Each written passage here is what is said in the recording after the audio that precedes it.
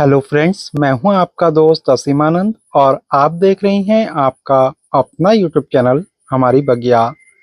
दोस्तों, अब जो है सर्दियों का सीज़न आने ही वाला है और बारिश का जो सीज़न है वो लगभग लगभग ख़त्म हो गया है। और ऐसे में जो सितंबर के महीने का लास्ट दौर है, तो ऐसे में हम लोग जो है सर्दियों के जो फूल हैं उनके बीजों को लगा सकते हैं, या जब भी अक्टूबर का महीना चल रहा होता है तो ऐसे में इन फूलों के बीजों को लगा सकते हैं। दोस्तों, यूँ तो ये सारे फूल जो है हमें नर्सरी में भी अवेलेबल हो जाते हैं, लेकिन अगर आपके पास पिछले साल के पौधे के बीज आपने रख रखे हैं तो यही वो वक्त है जबकि आप इन सर्दियों के फूलों के बीजों को लगा सकते हैं। दोस्तों, सर्दियों में हमारा गार्डन बहुत ही खूबसूरत दिखाई देता है और सर्दियों में जो फूल होते हैं उनकी केयर भी हमें बहुत ही कम करनी पड़ती है। दुनिया भर के जो फूल हैं और जो खास तौर से सीजनल फूल है वो हमें सर्दियों में ही दिखाई देते हैं। पूरा अलग-अलग तरह के रंगों से हमारा गार्डन भर जाता है और ऐसे में जो है पॉट की भी कमी हमें महसूस होने लगती है। दोस्तों, सर्दियों में जिन फूलों को आप लगा सकते हैं, चलिए एक-एक करके पहले उनके हम नाम आपको बताते हैं। दोस्तों, सर्दियों में आप जिन फूलों को लगा सकते हैं, उनमें जो है डेज़ी है, जीनिया है, कैलेंडुला है, इसके अलावा पिटूनिया भी बहुत ही ज़्यादा खूबसूरत लगता है।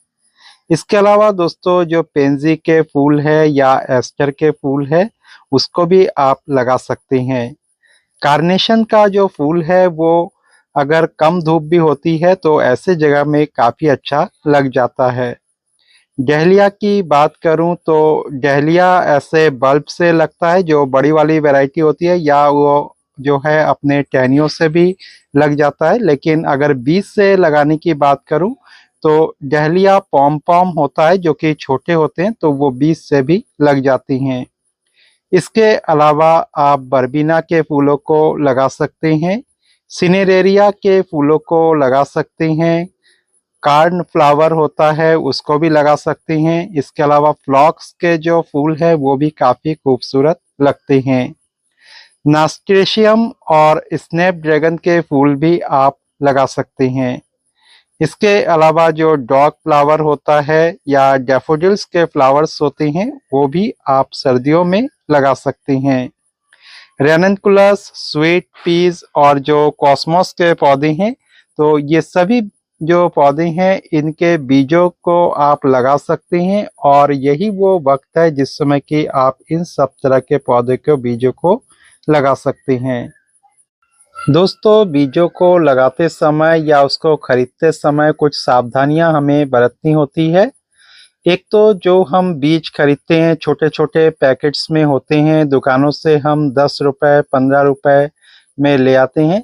तो इस तरह के बीज जो है कोई ज़रूरी नहीं है कि जो उसके पैकेट्स में बना हुआ हो वही फूल उनमें निकले, या वो जो है बीज निकलेंगे ही इसकी भी कोई गारंटी नहीं होती है।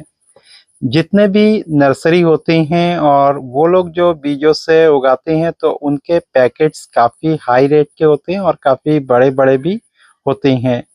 तो अगर आपको कहीं से इस तरह के बीज मिल जाए जहाँ की बड़े पैकेट्स को खोल करके और उसके छोटे पैकेट्स बना दिए गए हैं, तो इस तरह के विश्वसनीय जगह होती है, तो वहाँ से आप बीजों को लेकर के लगा सकते हैं।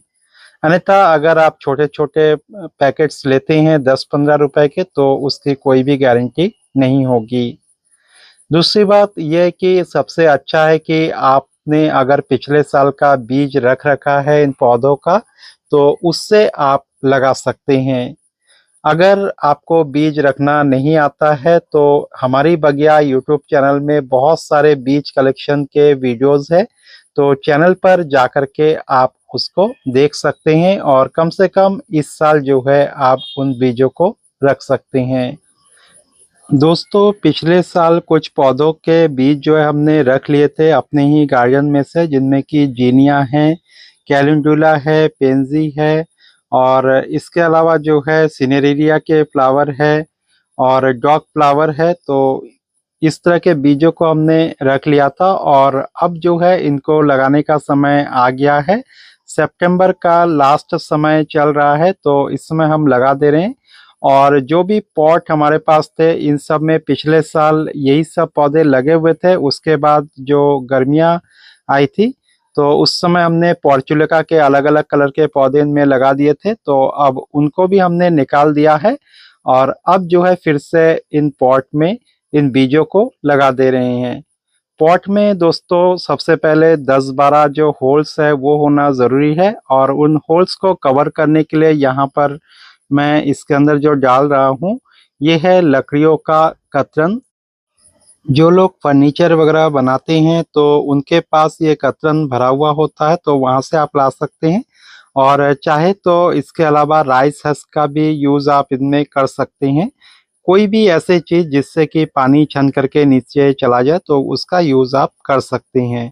तो पहले आपको इस तरह की चीज़ें डाल देनी है, चाहे तो आप बजरी और जो रेता है वो भी आप नीचे डाल करके इनके होल्स को कवर कर सकते हैं। और उसके बाद जो ये सॉइल मैं डाल रहा हूँ इसमें थोड़ा सा जो गोबर की खाद है वो मैंने मिलाया, मिट्टी मिलाया और थोड़ा सा रेता मिलाया। गोबर की खाद लगभग 20% आपको मिलानी है, या वर्मी कंपोस्ट हो तो और बेटर है। तो इसको थोड़ा सा मिला करके हमने पूरे जो पॉट है इसको सबसे पहले भर लिया।